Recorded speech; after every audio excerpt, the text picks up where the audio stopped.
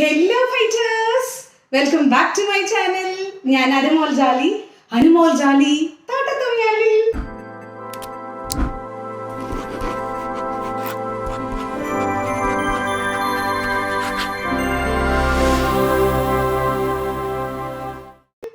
അപ്പോൾ നിങ്ങൾ ചോദിച്ച ചോദ്യത്തിനുള്ള ഉത്തരവായിട്ടാണ് ഞാൻ വന്നിട്ടുള്ളത് കേട്ടോ. അപ്പൊ നമ്മുടെ ഈ ചാനൽ തുടങ്ങിയിട്ട് ഏകദേശം 1 വർഷമായി. അതിന്റെ ആനിവേഴ്സറി സെലിബ്രേഷന്റെ ഭാഗമായിട്ടാണ് ഞാൻ ഈ പറഞ്ഞ വീഡിയോ ചെയ്യുന്നത്.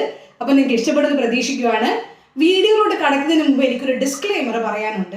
അതെന്നാന്ന് വെച്ച് കഴിഞ്ഞാൽ കഴിഞ്ഞ വർഷം ഞാനൊരു Q&A വീഡിയോ സെഷൻ ചെയ്തായിരുന്നു. ഈ വർഷം ഞാൻ ചെയ്തിട്ടുണ്ട്, അടുത്ത വർഷം ഞാൻ ചെയ്യുമായിരിക്കും മിക്കവാറും. അപ്പോൾ ഓരോ പ്രാവശ്യവും എൻ്റെ ആൻസേഴ്സ് മാറി മാറി വരും. അതിന്റെ കാരണം എന്താണെന്ന് വെച്ച് കഴിഞ്ഞാൽ ഞാൻ ആസ് എൻ ഇൻഡിവിജ്വൽ ഒരുപാട് ഗ്രോ ചെയ്യുന്നുണ്ട് എന്ന് ഞാൻ കരുതുന്നത്. കഴിഞ്ഞ വർഷമുള്ള എൻ്റെ പെർസ്പെക്റ്റീവ് അല്ല ഈ വർഷം ഉള്ളത്. ഈ വർഷം ഉള്ളതായിരിക്കില്ല അടുത്ത വർഷം ഉള്ളത്. സോ അതിൽ ഞാൻ ഓക്കെയാണ്. ഞാൻ അതിൽ എന്നെ തന്നെ ഞാൻ ആക്സെപ്റ്റ് ചെയ്യുന്ന ഒരു കേസാണത്. ഞാനിങ്ങനെ ഗ്രോ ചെയ്തുകൊണ്ടിരിക്കുക. എനിക്ക് നല്ല ക്വാളിറ്റീസ് മാത്രമേ വരുന്നുള്ളൂ എന്ന് ഞാൻ പ്രതീക്ഷിക്കണേ. എന്തായാലും ഞാൻ ഗ്രോ ചെയ്തുകൊണ്ടിരിക്കുവാണ്. സോ നിങ്ങൾ ഇപ്പോൾ കാണുന്ന എൻ്റെ എല്ലാ വീഡിയോസും എൻ്റെ ഇപ്പോഴത്തെ ഇത്രയും നാൾ വരെയുള്ള എൻ്റെ ലൈഫ് എക്സ്പീരിയൻസ് വെച്ച് ഞാൻ മനസ്സിലാക്കിയ കുറെ കാര്യങ്ങളാണ്. ഇതിന് ചേഞ്ചസ് വരാം മുമ്പോട്ടേക്ക്. സോ നിങ്ങൾ ഈ ചോദിച്ച ഉത്തരങ്ങളും മുമ്പോട്ടേക്ക് മാറിയെന്ന് വരാം. ഇതെല്ലാം ശരിയായി എന്നും വരില്ല, പക്ഷെ അത് കുഴപ്പമില്ല. കാരണം ഒരു മനുഷ്യനും പെർഫെക്റ്റ് അല്ലല്ലോ. ഞാനും പെർഫെക്റ്റ് അല്ല. എനിക്ക് മാറ്റങ്ങളും തെറ്റുകളും ഒക്കെ ഉണ്ടാവും. സോ നിങ്ങൾ എപ്പോഴും എൻ്റെ വീഡിയോസ് കാണുമ്പോൾ അതിനകത്ത് എന്തെങ്കിലും എടുക്കുന്നുണ്ടെങ്കിൽ ഉറപ്പായിട്ടും അത് നിങ്ങളും കൂടെ ഒന്ന് ആലോചിച്ചിട്ട് വേണം എടുക്കാൻ. എൻ്റെ ഒരു ലൈഫ് അല്ലെങ്കിൽ എൻ്റെ ഒരു സ്റ്റേജ് ഓഫ് ലൈഫിലല്ല നിങ്ങൾ ഇരിക്കുന്നത് എന്നുണ്ടെങ്കിൽ, നിങ്ങളുടെ ചുറ്റുപാട് എൻ്റെതുപോലെ അല്ലെന്നുണ്ടെങ്കിൽ നിങ്ങൾക്ക് അതിനോടുള്ള ഒരു വ്യൂവും അതുപോലെ മാറ്റാവുന്നതാണ്. ഞാൻ പറഞ്ഞു എന്ന് കരുതിയത് അങ്ങനെ അങ്ങോട്ട് ഉൾക്കൊള്ളരുത് കേട്ടോ. ശരി, അപ്പൊ നമുക്ക് Q&Aയിലൂടെ കടക്കാം അല്ലേ. ആദ്യത്തെ ക്വസ്റ്റ്യൻ, ഞാൻ ഏറ്റവും ലേറ്റസ്റ്റ് ആയിട്ട് ചോദിച്ചുള്ള ക്വസ്റ്റ്യൻ ആദ്യം വായിക്കുവാണേ. മിസ്സേ, ഇംഗ്ലീഷ് ക്ലാസ് എന്നാ ഉണ്ടാവാ? അത് ജിജിയാണ് ചോദിച്ചിട്ടുള്ളത്. ജിജി, ഞാൻ ഓൾറെഡി ഒരു കോഴ്സ് സ്റ്റാർട്ട് ചെയ്തിട്ടുണ്ട് ഇംഗ്ലീഷിന് വേണ്ടിയിട്ട്. ഫുൾ മാർക്ക് ചലഞ്ച് എന്ന് പറഞ്ഞിട്ട് ഇംഗ്ലീഷ് ഗ്രാമർ മാത്രമേ ഉള്ളൂ ഇപ്പോഴത്തേക്ക്. മുമ്പോട്ടേക്ക് ചിലപ്പോൾ ആഡ് ചെയ്തിട്ടുണ്ടാവും. അപ്പം നിങ്ങൾ ഈ വീഡിയോ ലേറ്റ് ആയിട്ട് കാണുന്നവരാണെങ്കിൽ ഞാൻ ഇതേപോലത്തെ കൂടുതൽ വീഡിയോസ് ആഡ് ചെയ്തിട്ടുണ്ടാവും ഇംഗ്ലീഷിന് വേണ്ടിയിട്ട്. ഇപ്പോൾ ഇംഗ്ലീഷ് ഗ്രാമറിന്റെ ക്ലാസ് ഉണ്ട്. ഒട്ടും ബേസ് ഇല്ലാത്തവർക്ക് പോലും ഇംഗ്ലീഷ് നന്നായിട്ട് മനസ്സിലായി നല്ല രീതിയിലോട്ട് പ്രോഗ്രസ് ചെയ്യാൻ പറ്റുന്ന രീതിയിലുള്ള കോഴ്സാണ്. അതിന്റെ ലിങ്ക് ഞാൻ താഴെ ഡിസ്ക്രിപ്ഷൻ ബോക്സിൽ കൊടുത്തേക്കാം. അത് പോയി നോക്കിയാൽ മതി കേട്ടോ. ഇപ്പൊ ഇംഗ്ലീഷ് ക്ലാസ് ചെയ്യുന്നുണ്ട്. നിങ്ങൾ അറിയാത്തത് കൊണ്ടാണ്. അത് ഒരു വലിയ സംഭവം വരാനുണ്ട്. അത് ആയിട്ട് പറയാലോ എന്ന് കരുതി വെയിറ്റ് ചെയ്തതാ. ഇനി രണ്ടാമത് ചോദിച്ചിരിക്കുന്ന സ്വാതിയാണ്. യൂട്യൂബ് ചാനൽ തുടങ്ങാനുള്ള പ്രചോദനം എന്തായിരുന്നു? യൂട്യൂബ് ചാനൽ തുടങ്ങാനുള്ള പ്രചോദനം എനിക്ക് തോന്നണത് 2-3 പ്രചോദനങ്ങളുണ്ട് കേട്ടോ. മെയിൻ ആയിട്ട് എനിക്ക് തോന്നുന്നത്, ഞാൻ പഠിപ്പിക്കണം എന്ന് ആഗ്രഹിച്ചതും മെയിനായിട്ട് യൂട്യൂബിലൂടെ കൺവേ ചെയ്യാൻ ഉദ്ദേശിച്ചതുമായിട്ടുള്ള കാര്യം സിവിൽ സർവീസിനെ പറ്റിയിട്ടുള്ളൊരു അവയർനെസ് ആണ്. നമ്മുടെ നാട്ടിലുണ്ടല്ലോ പല ആൾക്കാരും സിവിൽ സർവീസിന് പ്രിപ്പയർ ചെയ്യണത് ഒരു വലിയ സംഭവമായിട്ട് എടുക്കണേ. അതായത് നന്നായിട്ട് പഠിച്ച് ബുദ്ധി ആയിട്ടുള്ള ആൾക്കാർക്ക് മാത്രമേ, നല്ലതായിട്ട് പഠിക്കുന്നവർക്ക് മാത്രമേ സിവിൽ സർവീസിന് പ്രിപ്പയർ ചെയ്യാൻ പറ്റുള്ളൂ എന്നൊരു ചിന്ത നമ്മുടെ നാട്ടിലുണ്ട്. പക്ഷെ ഞാൻ പഠിച്ചത് പൂനെയിലായിരുന്നതുകൊണ്ട് എൻ്റെ ഫ്രണ്ട്സ് ഉണ്ടല്ലോ, എൻ്റെ കൂടെ പഠിച്ചവരിൽ പലരും ഇയർ ഡ്രോപ്പ് വരെ ആയിട്ടുണ്ട്. അതായത് ഒരു വർഷം മൊത്തം ഡ്രോപ്പ് ചെയ്ത് പോയിട്ടുണ്ട്. ഒരു വർഷം മൊത്തം അവർ തോറ്റു പോയിട്ടുണ്ട്. അതൊരു തെറ്റാന്നല്ല ഞാൻ പറയണത്. പക്ഷെ അങ്ങനെയുള്ളവർ പോലും സിവിൽ സർവീസിന് പ്രിപ്പയർ ചെയ്യാൻ പോകും. പക്ഷെ നമ്മുടെ നാട്ടിൽ എന്താ ഉണ്ടാവുമെന്ന് അറിയാവോ? ഒരു സപ്ലി ഉണ്ടെങ്കിൽ അയ്യോ എനിക്ക് സിവിൽ സർവീസ് ഒന്നും പറ്റില്ല, ഞാൻ അങ്ങനെയല്ല എന്ന് ചിന്തിക്കുന്നവരാണ് നമ്മുടെ നാട്ടിലുള്ളത്. സോ അങ്ങനെ ഒരു അവയർനെസ് നമ്മുടെ നാട്ടിൽ കൊണ്ടുവരണം. സിവിൽ സർവീസ് ആർക്കും എഴുതാവുന്ന ഒരു പരീക്ഷയാണ്, ജീവിതം ഒന്നേ ഉള്ളൂ, എല്ലാവരും എഴുതണം എന്നൊക്കെ ഒരു ചിന്ത ഉണ്ട് എനിക്ക്. അപ്പോൾ അത് നിങ്ങളിലോട്ട് കൺവേ ചെയ്യണം എന്ന് ഉദ്ദേശിച്ചാണ് മെയിനായിട്ട് ഞാൻ ഈ പഠിപ്പിക്കൽ എന്ന രംഗത്തിലോട്ട് തന്നെ വന്നതെന്ന് എനിക്ക് തോന്നണേ. അത് ഞാൻ കഴിഞ്ഞ ദിവസം ആലോചിച്ചപ്പം ഈ സ്വാതി തന്ന ക്വസ്റ്റ്യൻ കണ്ടപ്പോഴാണ് ഞാൻ ആക്ച്വലി ആലോചിച്ചത്. അതുവരെ ഞാൻ മറന്നേ പോയായിരുന്നു ഞാൻ അതിന് വേണ്ടി ചാനൽ തുടങ്ങിയത്. പിന്നെ പ്രചോദനം എന്ന് പറയാൻ വേണ്ടിയിട്ട് എൻ്റെ ചേട്ടായിക്ക് ഒരു യൂട്യൂബ് ചാനൽ ഉണ്ടായിരുന്നു. ഈ പേര് ഞാൻ മറന്നുപോയല്ലോ. എന്തായാലും ചേട്ടായിക്ക് ഒരു യൂട്യൂബ് ചാനൽ ഉണ്ടായിരുന്നു. അപ്പോൾ ഞാനിങ്ങനെ യൂട്യൂബ് ചാനൽ തുടങ്ങുന്നതിനെ പറ്റി ഇങ്ങനെ ആലോചിച്ചുകൊണ്ടിരിക്കുകയാണ്. പക്ഷെ എനിക്കൊരു ഒരു കോൺഫിഡൻസ് ഇല്ലായ്മ ഉണ്ടായിരുന്നു. അപ്പോൾ ഞാനിങ്ങനെ ചേട്ടായി തുടങ്ങിയത് അറിഞ്ഞപ്പോൾ ഞാൻ ഉടനെ ചേട്ടായിട്ട് ചേട്ടായി തുടങ്ങിയില്ലേ, അടിപൊളിയല്ലേ, എനിക്കിങ്ങനെ ആഗ്രഹം ഉണ്ടല്ലോ എന്നൊക്കെ പറഞ്ഞപ്പോൾ ചേട്ടായി ഉടനെ എൻ്റെ അടുത്തൊന്ന് പറഞ്ഞു, നിനക്കങ്ങ് തുടങ്ങാൻ പാടില്ല, ചുമ്മാ അങ്ങ് തുടങ്ങിക്കോ, നീ എന്തിനാ നോക്കിക്കൊണ്ടിരിക്കണം എന്ന് പറഞ്ഞ് ചേട്ടായി ആണ് എന്നെ യൂട്യൂബ് ചാനൽ തുടങ്ങാൻ ആ ഒരു സെന്റൻസ് ഉണ്ടല്ലോ ചേട്ടായി പറഞ്ഞത്, നീ അങ്ങ് തുടങ്ങിക്കോ, അതിന് കുഴപ്പമൊന്നുമില്ല, ആർക്ക് വേണേൽ തുടങ്ങാൻ പാടില്ല എന്ന് പറഞ്ഞ ആ ഒരു സെന്റൻസ് ആണ് സത്യം പറഞ്ഞാൽ ഞാൻ യൂട്യൂബ് ചാനൽ തുടങ്ങാനുള്ള കാരണം. അപ്പോൾ അതിന് ഞാൻ എന്നും ചേട്ടയോട് താങ്ക്ഫുൾ ആയിരിക്കും. നവീൻ പായസ് എന്നാണ് ചേട്ടയുടെ പേര് കേട്ടോ. അങ്ങനെ ഞാൻ തുടങ്ങിയത് 2018 തുടങ്ങിയതാണ്, പക്ഷെ ഞാൻ അങ്ങനെ ആക്റ്റീവ് ആയിരുന്നില്ല. ആദ്യത്തെ ചാനൽ 2018 തുടങ്ങി, രണ്ടാമത്തെ ചാനൽ 2020, അതായത് ഈ ചാനൽ 2020 തുടങ്ങിയത്. അപ്പം ഇങ്ങനെയാണ് ഇപ്പോൾ മുമ്പോട്ട് പോകുന്നത്. ഇനി പിന്നെ ഇപ്പോൾ യൂട്യൂബ് ചാനലിൽ കൊണ്ടുപോകുന്നതിന് കാരണം, ഇപ്പോൾ ഞാൻ ഈ യൂട്യൂബ് ചാനൽ കൊണ്ടുപോകുന്നതിനുള്ള കാരണം എന്താ വെച്ച് കഴിഞ്ഞാൽ, എനിക്കറിയാവുന്ന കുറച്ച് കാര്യങ്ങൾ നമ്മുടെ നാട്ടിൽ കൂടുതൽ നെഗറ്റിവിറ്റി ഉണ്ട് എന്നുള്ളതാണ്. ആ നെഗറ്റിവിറ്റി ഒന്ന് കുറച്ച് എന്നാലാവുന്ന രീതിയിൽ എല്ലാവരെയും ഹാപ്പി ആയിട്ടും സ്ട്രെസ് ഫ്രീ ആയിട്ടും ജീവിക്കാൻ സഹായിക്കുക എന്നുള്ളതാണ്. മെട്ടെ ചാനലിന്റെ ഉദ്ദേശം എന്താണെന്ന് വെച്ച് കഴിഞ്ഞാൽ, എനിക്കറിയാവുന്ന കുറച്ച് ടിപ്സും ട്രിക്സും ഒക്കെ ഉണ്ട്, അതൊന്നും മൺമറഞ്ഞു പോകരുത്, അതൊന്നും ആരും അറിയാതെ പോകരുത് എന്നുള്ളത് കൊണ്ടാണ് ഞാൻ മെട്ടെ യൂട്യൂബ് ചാനൽ, എഡ്യൂക്കേഷൻ ചാനൽ തുടങ്ങിയത്. അതെന്തുകൊണ്ടാന്ന് വെച്ച് കഴിഞ്ഞാലേ, ഞാൻ ഓൾറെഡി സിവിൽ സർവീസിന് ചെറിയ രീതിയിൽ പ്രിപ്പറേഷൻ ചെയ്യുന്നുണ്ടായിരുന്നു കോളേജിൽ പഠിക്കുമ്പോൾ. പിന്നെ കാറ്റിന്റെ പ്രിപ്പറേഷൻ ചെയ്തിട്ടുണ്ടായിരുന്നു, കാറ്റ് എക്സാമും അതേപോലെ കുറെ MBAയുടെ എക്സാംസും പ്രിപ്പയർ ചെയ്തിട്ടുണ്ടായിരുന്നു. PSCക്ക് പ്രിപ്പയർ ചെയ്തു, ബാങ്ക് എക്സാമിന് പ്രിപ്പയർ ചെയ്തു. അപ്പൊ ഇതിനെല്ലാത്തിനുള്ള കോച്ചിങ് എനിക്ക് കിട്ടിയത് കൊണ്ട് ഞാൻ ഇതിന്റെ എല്ലാത്തിൻ്റെയും കൂടെ ഒരു മിക്സ് ആണ്. അപ്പം എനിക്ക് പല സെക്ഷൻസും നന്നായിട്ട് പറഞ്ഞു തരാൻ പറ്റും. എനിക്ക് അവിടുന്ന് ഇവിടുന്ന് ഒക്കെയുള്ള ഇൻഫർമേഷൻ ഉള്ളതുകൊണ്ട്. അതുകൊണ്ടാണ് ഞാൻ മെട്ടെ ചാനലിനകത്ത് എനിക്കറിയാവുന്ന കാര്യങ്ങൾ നിങ്ങൾ അറിയാതെ പോരുന്നല്ലോ എന്ന് കരുതുന്നത് പറഞ്ഞു. ഓക്കെ, ഇനി അടുത്ത ക്വസ്റ്റ്യൻ അമൽ കൃഷ്ണയാണ്. ഒരു ലവ് യു പറയാനുണ്ട്, തിരിച്ചെന്താ പറയാനുള്ളത്? ഈ ലവ് യു എന്ന് കേൾക്കുമ്പോണ്ടല്ലോ, എനിക്ക് ടിപ്പിക്കലി ഒരു ഇൻസ്റ്റാഗ്രാം ആണോ ടിക്ടോക്ക് ആണോ ഏതൊരു വീഡിയോ ഉണ്ട്, oh what a coincidence, I also love myself എന്ന ഡയലോഗാ പറയാൻ വരിക. ലവ് യു ടു, എല്ലാവരെയും എനിക്ക് ഭയങ്കര ഇഷ്ടമാണ്, നിങ്ങൾ എല്ലാവരും എനിക്ക് ഭയങ്കര ഇമ്പോർട്ടൻ്റ് ആയതുകൊണ്ടല്ലേ ഞാൻ ആരോടും പറയാത്ത എൻ്റെ ദൈവശാസ്ത്രത്തിനെ പറ്റിയുള്ള രഹസ്യം നിങ്ങളോട് പറഞ്ഞത്. പിന്നെ ഇവിടെ ലവ് യു എന്ന് പറയുന്നതൊക്കെ നിങ്ങൾ ഏത് സെൻസിലാണ് എടുക്കണമെന്ന് എനിക്ക് അറിയത്തില്ല. ഞാനിപ്പോൾ UK ആയതുകൊണ്ടായിരിക്കും. ഇവിടെ പെമ്പിള്ളാരെ, ഇവിടെയുള്ള ആൾക്കാർ, ബ്രിട്ടീഷുകാർ എങ്ങനെയാണ് റെപ്രസെന്റ് ചെയ്യാന്ന് വെച്ച് കഴിഞ്ഞാൽ, ഡാർലിംഗ്, ലവ്, ഫ്ലവർ അങ്ങനെയൊക്കെ വിളിക്കുക. ഞാൻ വർക്ക് ചെയ്യുന്ന കടയിൽ വരുന്ന എല്ലാ ആൾക്കാരും hi love, how are you അങ്ങനെയൊക്കെ ചോദിക്കണേ. അപ്പൊ എനിക്കതൊരു വിഷയമേ അല്ലാട്ടോ. ഇനി അടുത്ത ചോദ്യം സഞ്ജു ആലപ്പി ഫോർ യു ആണ്. എന്താ ഇന്ദു ചൂടിയുടെ ഫ്യൂച്ചർ പ്ലാൻ? ഇത് കൊള്ളാം കേട്ടോ, എനിക്ക് ക്വസ്റ്റ്യൻ ഇഷ്ടപ്പെട്ടു. ഫ്യൂച്ചർ പ്ലാൻസ് എന്ന് പറയാൻ ഫ്യൂച്ചർ പ്ലാൻ ആയിട്ടൊന്നുമില്ല കേട്ടോ. ഞാൻ പ്ലാൻ ചെയ്യുന്നതിൻ്റെ ഉദ്ദേശം എന്താണെന്ന് വെച്ച് കഴിഞ്ഞാൽ, എനിക്ക് ടെൻഷൻ കുറച്ച് ജീവിക്കണം, അതിനാണ് ഞാൻ പ്ലാനിങ് ഉപയോഗിക്കുന്നത്. അല്ലാതെ പ്ലാൻ അനുസരിച്ച് പോകണം എന്നൊന്നും ഞാൻ ചിന്തിക്കുന്നില്ല. മാത്രമല്ല ഫ്യൂച്ചറിനെ പറ്റി ഇപ്പോൾ ടെൻഷൻ അടിക്കുന്ന ഭയങ്കരമായിട്ട് കുറഞ്ഞു. ചെറുപ്പത്തിൽ അങ്ങനെയല്ലായിരുന്നു, കഴിഞ്ഞ വർഷം വരെ ഞാൻ അങ്ങനെയല്ലായിരുന്നു. കഴിഞ്ഞ വർഷം വരെ ഞാൻ ഫ്യൂച്ചറിനെ പറ്റി ഭയങ്കരമായിട്ട് ടെൻഷൻ അടിക്കുമായിരുന്നു. ഇപ്പം അങ്ങനെയില്ല, ഇപ്പം പോണ പോലെ അങ്ങ് പോട്ടെ എന്ന് കരുതാണ്. പിന്നെ ഡ്രീം ഉണ്ട്, പക്ഷെ അത് പ്ലാൻ അല്ല, അതാണ് വ്യത്യാസം. അത് രണ്ടും ഭയങ്കര ഡിഫറെൻ്റ് ആണ് കേട്ടോ. ഡ്രീം എന്ന് പറഞ്ഞാൽ എനിക്ക് ഇങ്ങനെ ഒരു സംഭവം ഒക്കെ ചെയ്യണം, ലൈഫിൽ ഇങ്ങനെയൊക്കെ ആയിത്തീരണം എന്നുണ്ട്, പക്ഷെ അതൊരു പ്ലാൻ ആയിട്ടില്ല. ഇന്ന പോലെ ലൈഫ് പോകണമെന്നൊന്നുമില്ല, പോണ പോലെ അങ്ങ് പോട്ടെ, അതാണ് ഇപ്പൊ ചിന്ത. വലിയ കുഴപ്പമില്ലാതെ പോയിരിക്കും.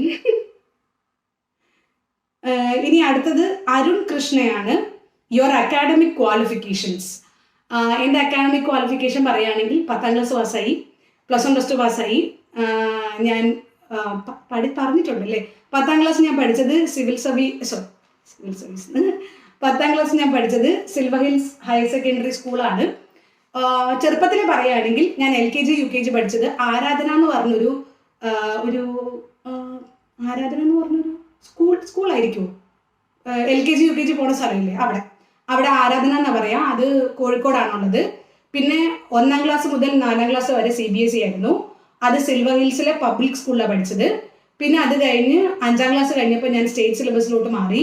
ആ മാറ്റമാണ് എൻ്റെ ലൈഫിൽ ഭയങ്കര നല്ലൊരു മാറ്റമായിട്ട് ഞാൻ എപ്പോഴും കരുതുന്നത് കേട്ടോ.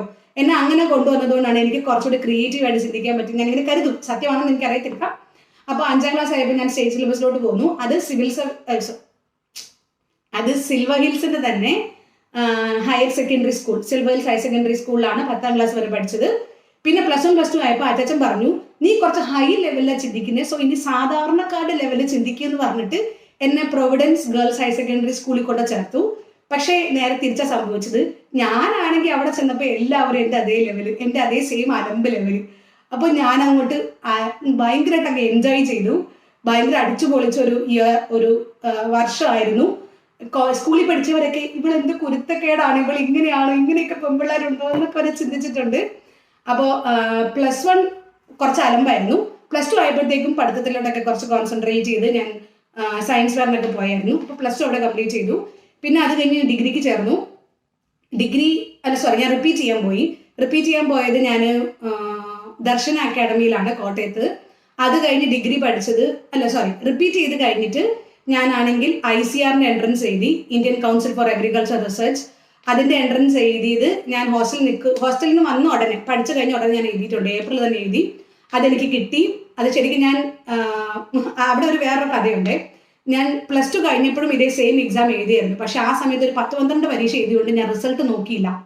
ടിപ്പിക്കലി റിസൾട്ട് നോക്കിയില്ല. അത് എത്ര പേര് വിശ്വസിക്കുന്ന അറിയത്തില്ല. ഞാൻ അത്രയും പരീക്ഷ എഴുതിയിട്ടുണ്ട്. റിസൾട്ട് നോക്കാൻ പോലും എനിക്ക് അറിയില്ലായിരുന്നു ഏതൊക്കെ പരീക്ഷ ചെയ്യുന്നു. അതുപോലെ പരീക്ഷ ചെയ്തു. അപ്പോൾ ഇതേ സെയിം എക്സാം ഞാൻ +2 കഴിഞ്ഞ് എഴുതിയപ്പോൾ ഞാൻ നോക്കിയില്ല.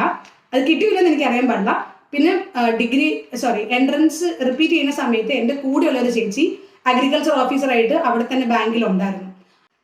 അപ്പോൾ എൻ്റെ കൂടെ ഹോസ്റ്റലുണ്ടായിരുന്ന ഒരു ചേച്ചി അഗ്രികൾച്ചർ ഓഫീസറായിട്ട് അവിടെ തന്നെ ബാങ്കിലുണ്ടായിരുന്നതുകൊണ്ട് ചേച്ചിയോടുള്ള ഇങ്ങനെ ഒരു സൗഹൃദ സംഭാഷണത്തിനിടയിൽ ചേച്ചി പറഞ്ഞു ഞാനിങ്ങനെ പരീക്ഷ ചെയ്തിട്ടേ കിട്ടിയെന്ന്. അപ്പോഴാണ് ഞാൻ ചോദിക്കും, ഞാനും പരീക്ഷ ചെയ്തിട്ടുണ്ടല്ലോ, കിട്ടാൻ ചാൻസ് ഉണ്ടല്ലോ. അപ്പോൾ ചേച്ചി കുറേ അതിനെപ്പറ്റി പുകഴ്ത്തി പറഞ്ഞപ്പോൾ ഞാനും ഇംപ്രസ്ഡ് ആയി. അങ്ങനെ ഞാൻ പരീക്ഷ റിസൾട്ട് നോക്കി. അതുകൊണ്ടാണ് ICR എക്സാം എഴുതി കിട്ടിയത്. ബാക്കി കുറേ പരീക്ഷകൾ ആ വർഷം എഴുതി ഞാൻ ശ്രദ്ധിച്ചിട്ടുണ്ടായിരുന്നില്ല എൻ്റെ റിസൾട്ട്. അപ്പം അങ്ങനെ അഗ്രികൾച്ചറിന് എൻട്രൻസ് ചെയ്ത് കിട്ടിയതാണ് പൂനെയിൽ. ഞാൻ BSc അഗ്രികൾച്ചറാണ് പഠിച്ചത്. അത് കഴിഞ്ഞ് ഞാൻ നാട്ടിൽ വന്നിട്ട് പിന്നെ കുറച്ച് കോച്ചിങ് ഒക്കെ ആയിട്ട് നിന്നു.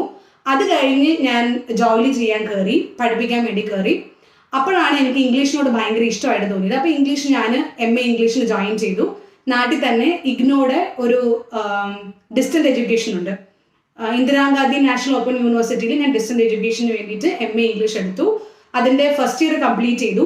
സെക്കൻഡ് ഇയർ നമുക്ക് 2 പരീക്ഷയുണ്ട് ഒരു വർഷത്തിൽ. അപ്പോൾ 2 പരീക്ഷ എന്ന് വെച്ചാൽ നമുക്കിപ്പോൾ ജൂണിലും എഴുതാം, ഡിസംബറിലും എഴുതാം. ഞാൻ ജൂണിൽ എഴുതാതെ ഡിസംബറിലോട്ട് വെച്ചു. പിന്നെ കോവിഡ് കാരണം അത് നീണ്ടുപോയി. അപ്പോൾ സെക്കൻഡ് ഇയറിലെ പരീക്ഷ അങ്ങനെ നീണ്ടുപോയത് കൊണ്ട് എനിക്ക് സെക്കൻഡ് ഇയർ പരീക്ഷ ഇതുവരെ എഴുതാൻ പറ്റിയിട്ടില്ല. ഞാൻ തിരിച്ചപ്പോഴേ നാട്ടിൽ പോകുമ്പോൾ എഴുതാമെന്ന് കരുതുവാണ്. അങ്ങനെ വിചാരിച്ചിരിക്കുന്നു. ഇപ്പം ഞാൻ എന്താ ചെയ്യുന്നത് വെച്ച് കഴിഞ്ഞാൽ ഇപ്പം ഞാൻ MSc food consumer marketing and product development ആണ്. 2-3 മാസം കഴിയുമ്പോഴത്തേക്കും പാസ് ഔട്ട് ആവുമെന്ന് പ്രതീക്ഷിക്കുകയാണ്. അങ്ങനെയാണെങ്കിൽ എൻ്റെ qualification MSc food consumer marketing and product development ആണ്.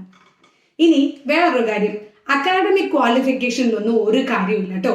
നിങ്ങൾക്ക് നാട്ടുകാരെ കാണിക്കാനാണെങ്കിലുണ്ട്. പക്ഷെ എനിക്ക് പേഴ്സണലി എൻ്റെ ലൈഫ് എക്സ്പീരിയൻസുകളാണ് എന്നെ ഒരുപാട് അച്ചീവ് ചെയ്യാനും ഒരുപാട് എവിടെയെങ്കിലുമൊക്കെ എത്താൻ ഹെൽപ്പ് ചെയ്തിട്ടുള്ളത്.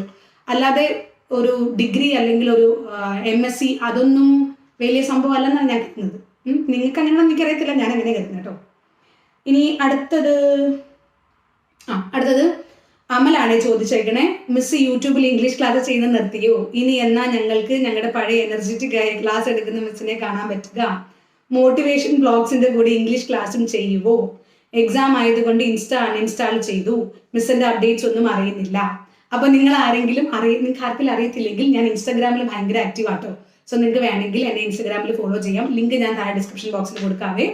അപ്പോൾ ഇംഗ്ലീഷ് ക്ലാസ് എന്തായാലും യൂട്യൂബിൽ കണ്ടിന്യൂ ചെയ്യുന്നതായിരിക്കും. കുറച്ചൊരു ഗ്യാപ്പ് വന്നു. അത് ഒന്ന് വർക്ക് ലൈഫ് ബാലൻസ് ഒക്കെ ഒന്ന് സെറ്റ് ആയിക്കൊണ്ടിരിക്കുമായിരുന്നു. ഇപ്പൊ ഏകദേശം ഒരു പ്ലാൻ ഒക്കെ വന്നു. പിന്നെ ഞാൻ പുതിയ കോഴ്സ് ലോഞ്ച് ചെയ്യുന്നതിന്റെ ക്ലാസ് എടുക്കുന്നതിന് തിരക്കിലൊക്കെ ആയിരുന്നു. എന്തായാലും ഉടനെ റെഗുലർ ആകുന്നതായിരിക്കും. അപ്പം കാണാം കേട്ടോ. മെറ്റേ ചാനലിലായിരിക്കും ഇംഗ്ലീഷിന്റെ ക്ലാസ് ഉണ്ടാവുക. അപ്പൊ നിങ്ങൾക്ക് ആർക്കെങ്കിലും അറിയത്തില്ലെന്നുണ്ടെങ്കിൽ ഞാൻ കുറച്ച് കേരള PSC സിവിൽ സർവീസിന്റെ ക്ലാസ്സുകൾ എടുക്കാറുണ്ട്. എവിടെ? എൻ്റെ മെറ്റേ എഡ്യൂക്കേഷൻ ചാനലിൽ. ഇനി അടുത്തത് സ്വാതിയാണ് ചോദിച്ചേക്കണേ. സ്വാതി പിന്നെയും ക്വസ്റ്റ്യൻ ചോദിച്ചു കേട്ടോ. ലൈഫിൽ ഏറ്റവും വേഴ്സ്റ്റ് ആയി തോന്നിയ സിറ്റുവേഷൻ അതെങ്ങനെ ഓവർകം ചെയ്തു? ഇതൊരു നോർമൽ മനുഷ്യജീവി എന്ന രീതിയിലാണ് ഞാൻ ഓവർകം ചെയ്തത്. ലൈഫിൽ ഭയങ്കര വേഴ്സ്റ്റ് ആയിട്ടുള്ള സിറ്റുവേഷൻ വന്നത് ഞാൻ പഠിപ്പിച്ച എൻ്റെ സ്റ്റുഡൻസ് തന്നെ എനിക്കെതിരായിട്ട് വന്നപ്പോഴാണ്. അതിന് കാരണക്കാരി ഞാൻ അല്ലായിരുന്നിട്ട് കൂടെ, ഫുൾ റെസ്പോൺസിബിലിറ്റി എൻ്റെ അല്ലാഞ്ഞിട്ട് കൂടെയുള്ളവരെല്ലാവരും എൻ്റെ മേളിൽ പഴിചാരി എന്നെ തഴഞ്ഞു മാറി നിന്നു. മൊത്തത്തിൽ എൻ്റെ തെറ്റാണ് എന്ന രീതിയിലൊക്കെ വന്നു. പിന്നെ ഒരു വലിയ ടെലഗ്രാം ചാനൽ, ഒത്തിരി പേരുള്ള ടെലഗ്രാം ചാനൽ എന്നെ പറ്റി മോശം പറഞ്ഞു.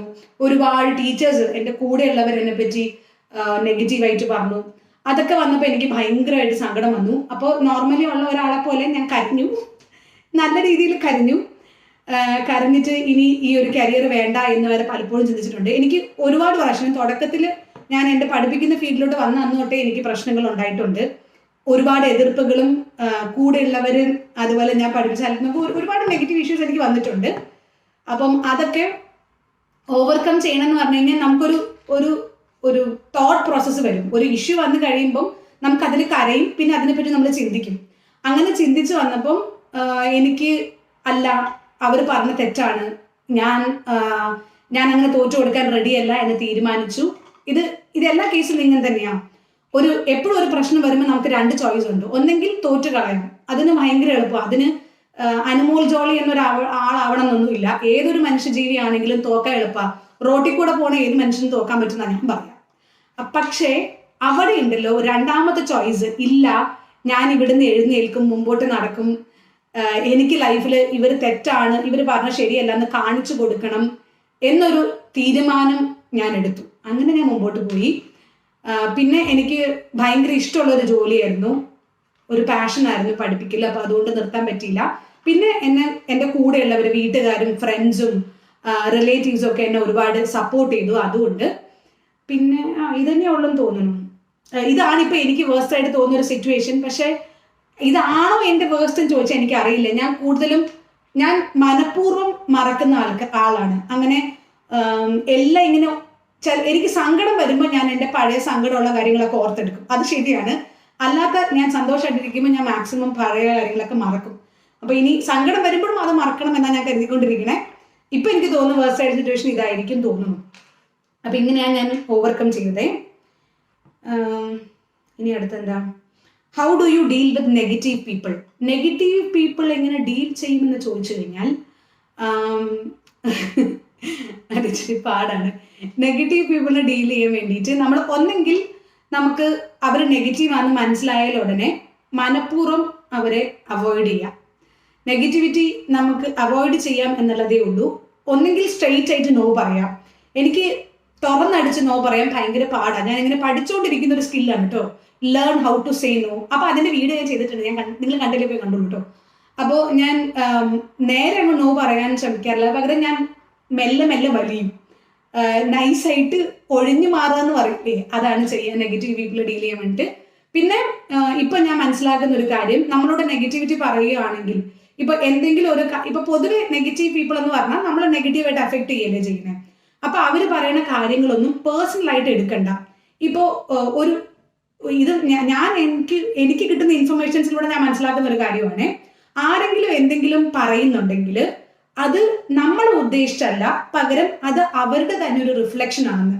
ദ 4 Agreements എന്നുള്ളൊരു ബുക്കിനെ പറ്റി ഒരാൾ പറഞ്ഞ് കേട്ടതാണ് ഇത്. ഞാൻ വായിച്ചിട്ടില്ല, ഞാൻ പറഞ്ഞു കേട്ടതാണ്. ആരെങ്കിലും എന്തെങ്കിലും നെഗറ്റീവായിട്ട് പറയുന്നുണ്ടെങ്കിൽ അത് നമ്മളെ ഉദ്ദേശിച്ചല്ല, പകരം അവരെ തന്നെ റിഫ്ലക്ട് ചെയ്യുന്നതാണ്. കണ്ണാടിയിൽ പ്രതിബിംബം കാണുന്ന പോലെ റിഫ്ലക്ട് ചെയ്യുന്നതാണ് അർത്ഥം. അങ്ങനെയൊക്കെ ചിന്തിച്ചു കഴിഞ്ഞാൽ കുറച്ചൊക്കെ നമുക്ക് നെഗറ്റീവ് പീപ്പിളിനെ നമ്മളെ എഫക്ട് ചെയ്യുന്നത് കുറയും. പിന്നെ ഒന്നും പേഴ്സണലായിട്ട് എടുക്കാതിരിക്കുക. ഇപ്പം അവരെന്തെങ്കിലും പറഞ്ഞു ഇത് എന്നെ പറ്റിയാണ് എന്ന് നമ്മൾ ചിന്തിക്കാതെ അല്ല അവർ കോമൺ ആയിട്ട് പറഞ്ഞായിരിക്കും എന്ന് ചിന്തിക്കാം. ഇതൊക്കെ നെഗറ്റീവ് പീപ്പിളിനെ അവോയ്ഡ് ചെയ്യാൻ പറ്റുന്നൊരു ഡീൽ ചെയ്യാൻ പറ്റുന്നൊരു രീതിയാണ്. ഇനി ടിപ്സും മോട്ടിവേഷനും വാരിക്കോര് ഇനി പറഞ്ഞത് ഇത് നേരത്തെ ക്വസ്റ്റ്യൻ ചോദിച്ചത് how do you deal with negative people ചോദിച്ചത് ശരണ്യാണ് കേട്ടോ. ഈ ക്വസ്റ്റ്യൻ ഇനി അടുത്തത് ശ്യാം കോംസ് ആണ് പറഞ്ഞിട്ടുള്ളത്. ടിപ്സും മോട്ടിവേഷനും വാരിക്കോര് തന്നിട്ടുണ്ട് ഒരുപാട് ഉപകാരപ്പെട്ടിട്ടുമുണ്ട്. പക്ഷെ അത് തരുന്ന ആളെ എന്ത് വിളിക്കണമെന്ന് അറിയില്ല. മിസ് എന്ന് വിളിക്കുമ്പോൾ ഒരു ഡിസ്റ്റൻസ് ഫീൽ ചെയ്യുന്നുണ്ട്. ചേച്ചി എന്ന് വിളിച്ചോട്ടെ. ഷുവർ ചേച്ചി എന്ന് വിളിക്കുന്നതിലേക്ക് യാതൊരു വിഷമവും ഇല്ല. ചേച്ചി എന്ന് വിളിച്ചോളൂ, ഒരു കുഴപ്പമില്ല. എനിക്ക് അങ്ങനെ ചേച്ചി വിളിക്കുന്ന കുഴപ്പമൊന്നുമില്ല. കസിൻസ്, എൻ്റെ അനിയൻ എന്നെ ചേച്ചി എന്ന് വിളിക്കാറില്ല, അവൻ എന്നെ പേരാണ് വിളിക്കുന്നത്. അപ്പം മുതലേ എന്നെ ചേച്ചി എന്ന് വിളിക്കുന്നില്ലല്ലോ എന്നൊരു സങ്കടം എനിക്കുണ്ട്. അപ്പം നിങ്ങൾക്ക് മാറ്റിത്തരാനും പറ്റുമല്ലോ. സോ ചേച്ചി എന്ന് വിളിച്ചോളൂ, നോ ഇഷ്യൂസ്. പേര് വിളിക്കുന്നത് ചിലപ്പോൾ എനിക്ക് ദേഷ്യം വരും, ചിലപ്പോൾ കുഴപ്പമില്ല. അടുത്തത് അഖിൽ രാജാണ് ചോദിച്ചേക്കുന്നത്, ശരിക്കും നമ്മൾ ഡ്രീം കാണേണ്ടത് എപ്പോഴാണ്? ഡ്രീം അച്ചീവ് ചെയ്യാൻ ലക്ക് ഒരു ഫാക്ടർ ആണോ? ചൈൽഡ്ഹുഡ് മുതലേ ഉള്ള ഡ്രീംസ് ആണോ അച്ചീവ് ചെയ്തേ? ശരിക്കും നമ്മൾ ഡ്രീം കണ്ടത് എപ്പോഴാണ്? നമുക്ക് എപ്പോൾ വേണമെങ്കിലും ഡ്രീം കാണാം. ഡ്രീം ചെയ്യാൻ ഒരു പൈസ കൊടുക്കേണ്ട കാര്യമില്ലല്ലോ. ഞാൻ വേറൊരു കാര്യം പറയാം.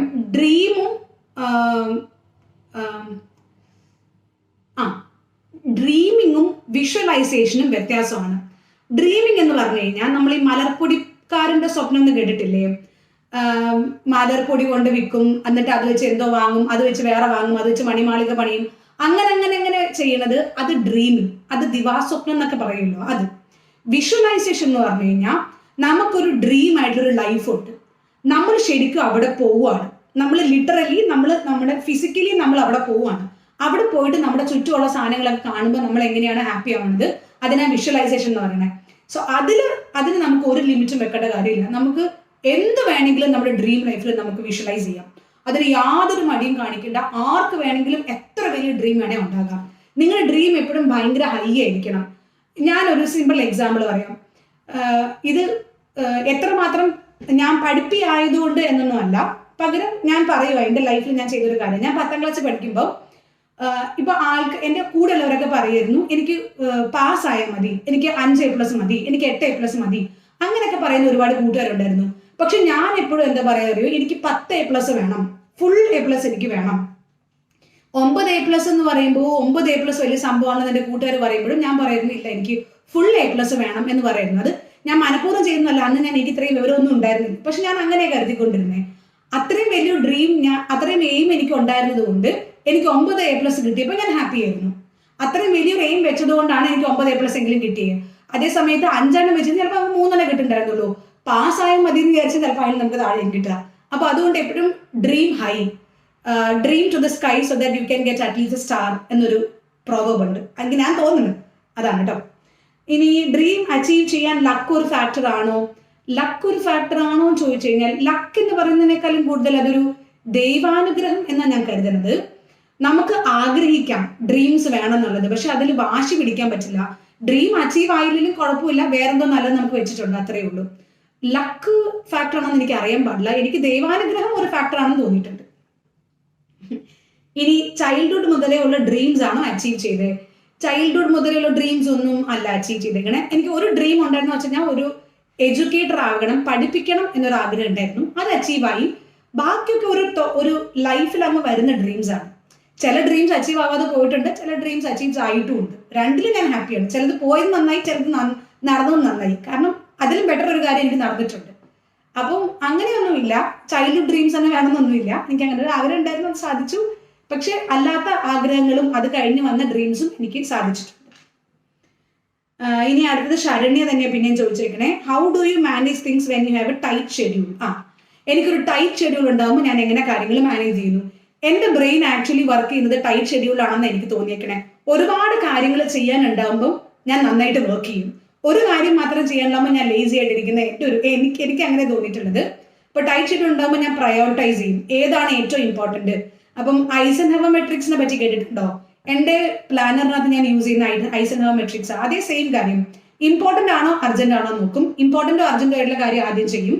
അത് കഴിഞ്ഞിട്ട് ഓരോരോ സ്റ്റെപ്പ് ബൈ സ്റ്റെപ്പ് ആയിട്ട് ഞാൻ ജസ്റ്റ് എന്റെ തോട്ട് പ്രോസസ്സിൽ ഓട്ടോമാറ്റിക്കലി അങ്ങനെ പ്രയോറിറ്റൈസേഷൻ ഏതിന് കൊടുക്കണം ഞാൻ ആലോചിക്കും.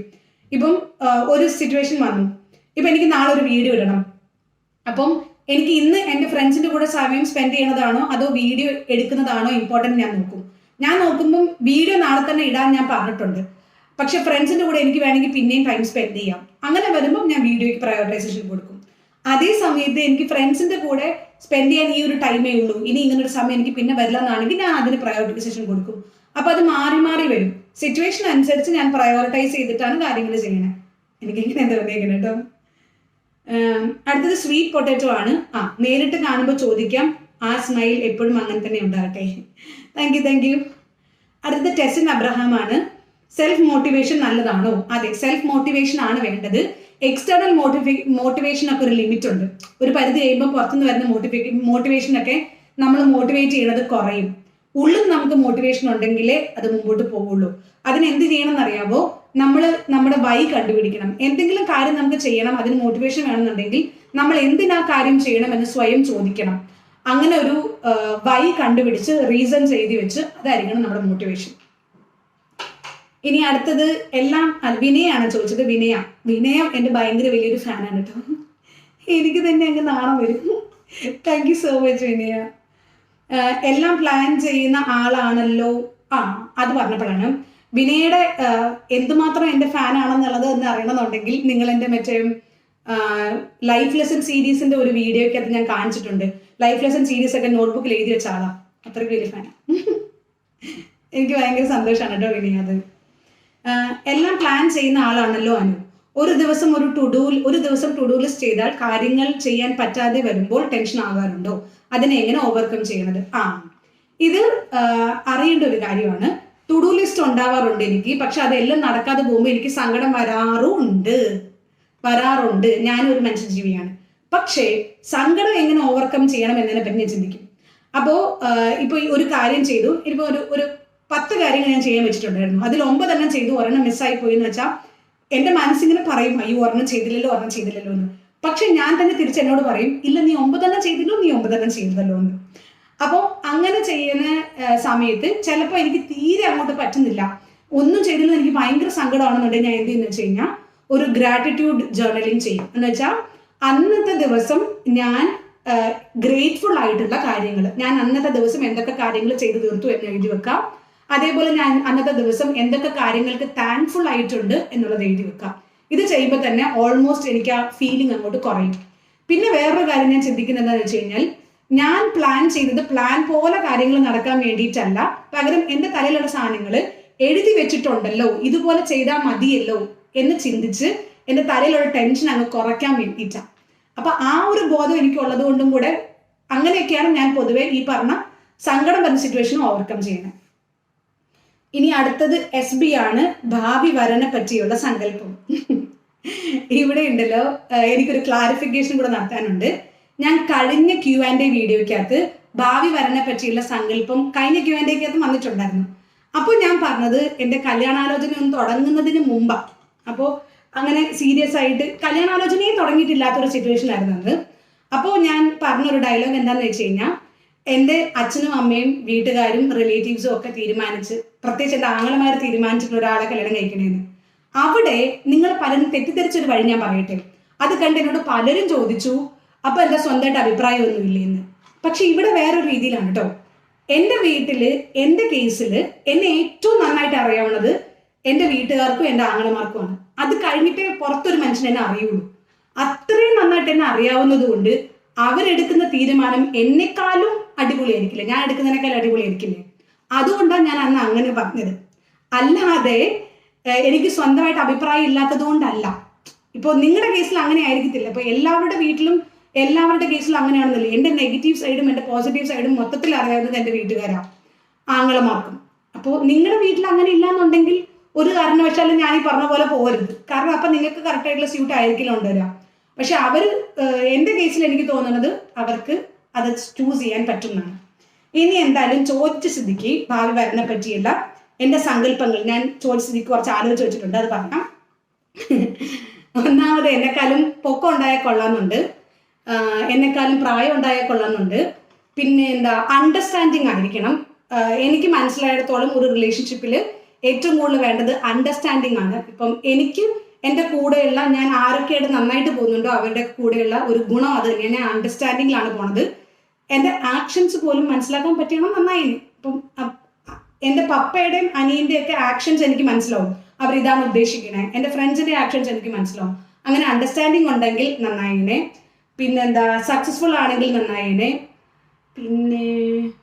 പിന്നെന്തായിരുന്നു, സപ്പോർട്ടീവ് ആണെങ്കിൽ നന്നായിനെ. ഇത്രയൊക്കെ ഉള്ളെന്ന് തോന്നുന്നു കേട്ടോ. പിന്നെ ഞാൻ ഇതിലൊന്നും കടുംപിടുത്തമുള്ള ഒരാളല്ല. ജീവിതം അങ്ങ് മുമ്പോട്ട് പോകേണ്ടതല്ലേ. ഇതുവരെ എൻ്റെ ജീവിതത്തിൽ നടന്ന കാര്യങ്ങളൊന്നും വെൽ പ്ലാൻഡ് ഒന്നും ആയിരുന്നില്ല. ഞാൻ ആഗ്രഹിച്ച പോലും നല്ല നടന്നിട്ടുണ്ടായിരുന്നേ. സോ അതുകൊണ്ട് വരട്ടെ, നോക്കാലോ എന്നൊരു ചിന്തയാണ് എനിക്ക്. അല്ലാതെ അങ്ങനെ ഇപ്പോൾ ഹൈറ്റിന്റെ കാര്യത്തിലും ഏജിന്റെ കാര്യത്തിലും എനിക്ക് കടുംപിടുത്തമൊന്നുമില്ല. ആണെങ്കിൽ കൊള്ളാം, അത്രയേ ഉള്ളൂ. ആവണം നിർബന്ധമൊന്നുമില്ല. അതുകൊണ്ട് പിന്നെ കുറച്ച് ഡൗൺ ടു എർത്ത് ആയാൽ കൊള്ളാമെന്നുണ്ട്. ഇതെനിക്ക് നിർബന്ധമായിട്ടും വേണ്ടൊരു ക്വാളിറ്റിയാണ് എന്നാണ് ഞാൻ കരുതുന്നത്. എനിക്കല്ല, ഞാൻ വരനെ പറ്റിയിട്ട് പറയുമ്പോൾ, സങ്കല്പങ്ങൾ പറയുമ്പോൾ ഡൗൺ ടു എർത്ത് ആയിരിക്കണം. എന്ന് വെച്ചാൽ ഭയങ്കര ഹമ്പിൾ ആയിരിക്കണം. പക്ഷെ സ്വന്തം വേർത്ത് എന്താണെന്ന് അറിഞ്ഞിരിക്കണം. ഇപ്പം എങ്ങനെയാ പറഞ്ഞുതരാം, ഷോ ഓഫ് ഒന്നും ചെയ്യാൻ പാടില്ല, ഈഗോ ഒന്നും ഉണ്ടാവാൻ പാടില്ല. പക്ഷെ ആളുടെ വേർത്ത് എന്താണെന്ന് ആൾക്ക് അറിഞ്ഞിരിക്കണം. ഇതൊക്കെ ഞാൻ കരുതുന്നത്. പിന്നെ നിങ്ങളുടെ എല്ലാവരുടെയും ഒരു തെറ്റിദ്ധാരണയും കൂടെ ഞാൻ മാറ്റിത്തരാം. ഒരു ഗവൺമെന്റ് ജോലിയുള്ള ആളാകണം എന്നായിരിക്കും എൻ്റെ ആഗ്രഹം എന്നാണ് നിങ്ങൾ ചിന്തിക്കുന്നുണ്ടെങ്കിൽ അങ്ങനെയല്ല. പിന്നെ ഇതിലൊന്നും എനിക്ക് കടുംപിടുത്തങ്ങളില്ല. ആണെങ്കിൽ കൊള്ളാം എന്നുള്ളതേ ഉള്ളൂ. അത് നിങ്ങൾ ചോദിച്ചതുകൊണ്ടാണ്. ഞാൻ പറഞ്ഞ പോലെ ഇതൊക്കെ ഒരു ലൈഫിൽ സംഭവിക്കാൻ പോകുന്ന ഒരു കാര്യങ്ങളല്ലേ. അപ്പോൾ അത് നടക്കട്ടെ, വരണ പോലെ വരട്ടെ എന്ന് മാത്രമേ ചിന്തിക്കുന്നുള്ളൂ. ചോദിച്ചതുകൊണ്ട് പറഞ്ഞതേ ഉള്ളൂ കേട്ടോ. ഇങ്ങനെ തന്നെ ആകണമെന്ന് നിർബന്ധമൊന്നുമില്ല.